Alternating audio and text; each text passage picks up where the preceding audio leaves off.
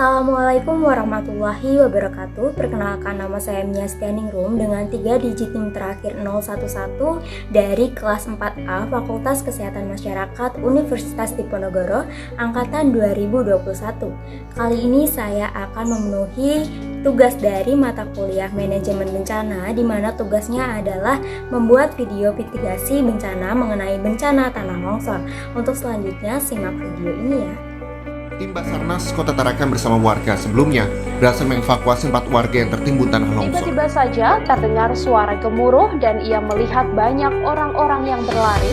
Puluhan warga banyak yang tak bisa selamat dan langsung tersapu longsor tersebut. Banyak faktor yang dapat menyebabkan terjadinya tanah longsor yang terdiri dari faktor alami yang dapat mengganggu kestabilan lereng seperti pelapukan, hujan lebat atau hujan yang tidak begitu lebat tetapi berkepanjangan, dan juga adanya lapisan lunak. Kemudian faktor lainnya yaitu penggalian di kaki lereng dan pembangunan di permukaan lereng.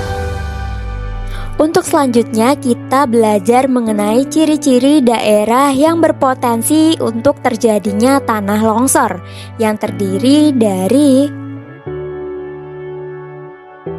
yang pertama yaitu daerah yang memiliki curah hujan tinggi, yaitu lebih dari 3.000 mm per tahun.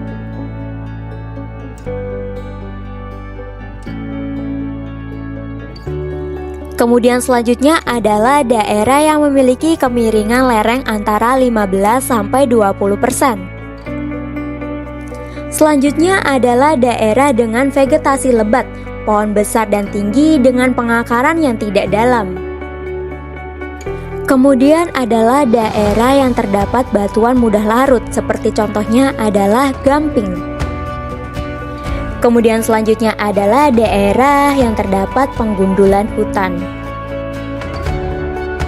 Kemudian selanjutnya adalah mengenai dampak dari tanah longsor, di mana dampak dari tanah longsor ini bisa kita kelompokkan pada faktor kesehatan, faktor fisik, faktor ekonomi, dan juga faktor lingkungan. Jika dilihat dari faktor kesehatan, bencana tanah longsor dapat menyebabkan korban jiwa dan juga warga terluka. Kemudian kita masuk ke dalam faktor fisik.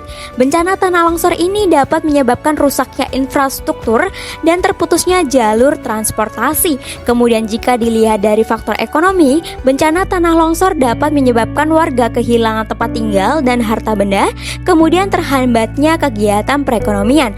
Untuk selanjutnya kita masuk ke dalam faktor lingkungan, di mana bencana tanah longsor ini dapat menyebabkan pencemaran sumber air dan juga rusaknya sanitasi lingkungan. Oke, selanjutnya kita masuk ke dalam mitigasi bencana tanah longsor. Mitigasi bencana merupakan serangkaian upaya yang digunakan untuk mengurangi resiko dari bencana, baik melalui pembangunan fisik maupun peningkatan dan penyadaran kemampuan yang digunakan untuk menghadapi ancaman dari suatu bencana.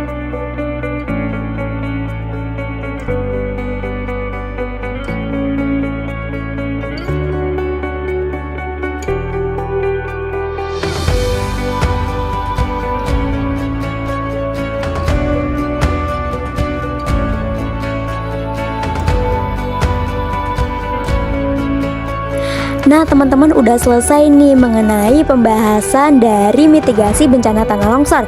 Jadi teman-teman tidak perlu khawatir dan tidak perlu bingung jika dihadapkan dengan bencana tanah longsor. Untuk itu teman-teman harus tetap waspada dan juga hati-hati ya. Terima kasih.